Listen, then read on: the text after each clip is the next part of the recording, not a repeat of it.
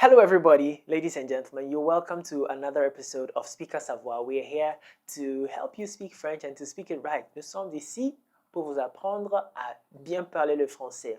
We are here to learn some more French expressions.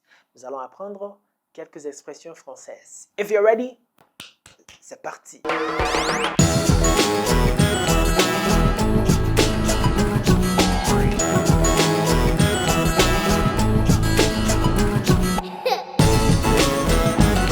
The expression we're looking at today is voila.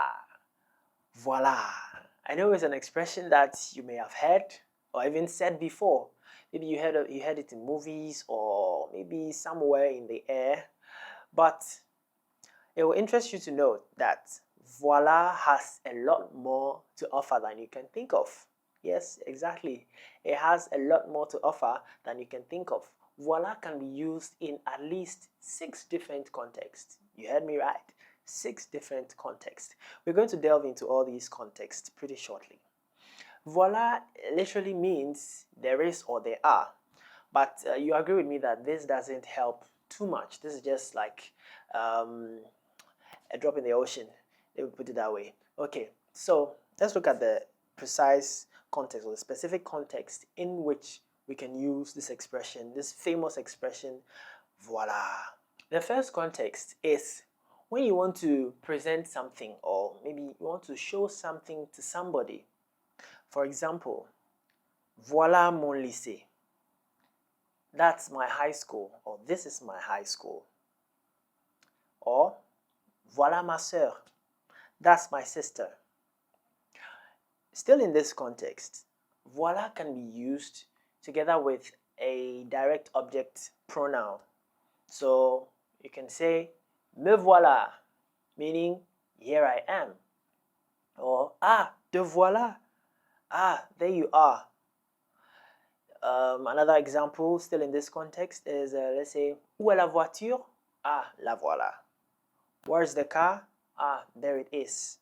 So that's the first context, to present something or to show something maybe to someone or to show someone to someone. Okay, either ways. Good. Let's look at the second context.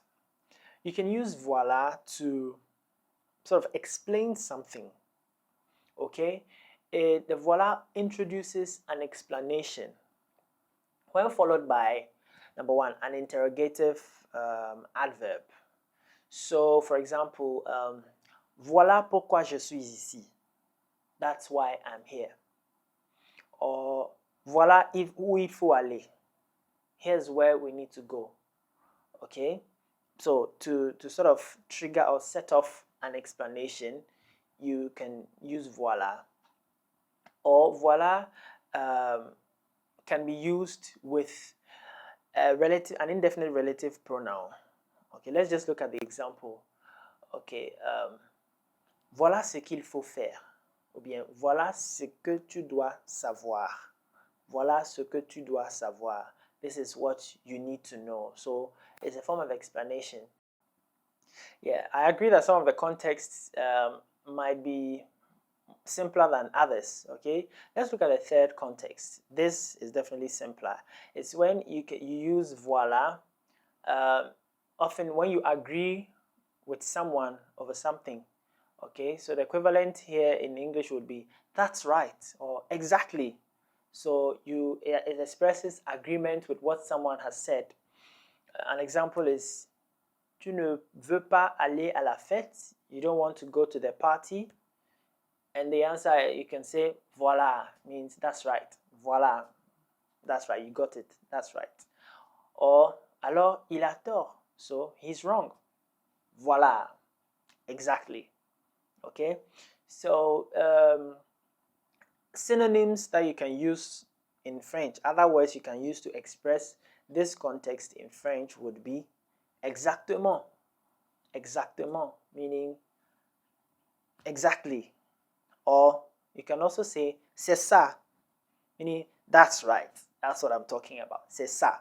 Okay, so voilà in the context of expressing agreement can be replaced by words such as exactement or c'est ça.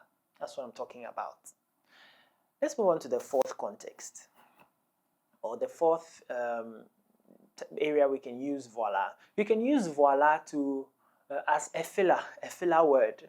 So we all know what filler words are. They don't add any meaning to the sentence, or they don't even take anything away from it. So when you use voila, maybe at the end of something that you said, it could mean, well, that sums it up, or that's it, okay, or yeah, just a filler word. So you say something and then you finish, you say voila, okay? Let's look at an example. It's quite long. So, c'est mon mari et mon meilleur ami. Voila. So, he's my husband and my best friend. That sums it up, or that's it. Okay, it doesn't really take anything away from the sentence, neither does it add anything to it.